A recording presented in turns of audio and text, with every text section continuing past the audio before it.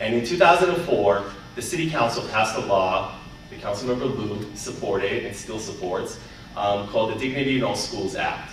Really comprehensive, well thought out piece of legislation that created a whole regime of accountability, transparency, oversight to try to end the problem of bias-based harassment in the schools. That includes harassment against LGBT students, includes harassment against Sikh students, racial minorities, religious minorities, and any students that feel they get bullied in the schools. And it was really carefully crafted.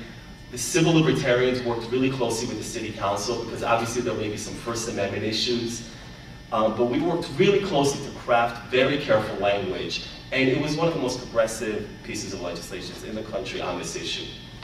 The mayor hated this piece of legislation and he vetoed it. Fine, he's permitted to veto it. The city council overrode his veto. And they said, you want to veto it, we're going to override it.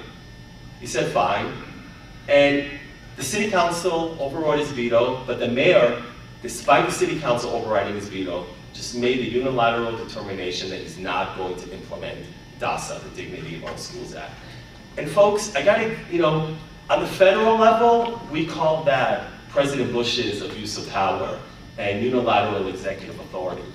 And I know that we're dealing with different issues, whereas at the federal level, we're dealing with issues like Guantanamo Bay and torture, and it's a lot more extreme in consequences, but it's really the same concept that was applied locally, where the executive branch of government, under the mayor, believes that the legislative branch does not matter.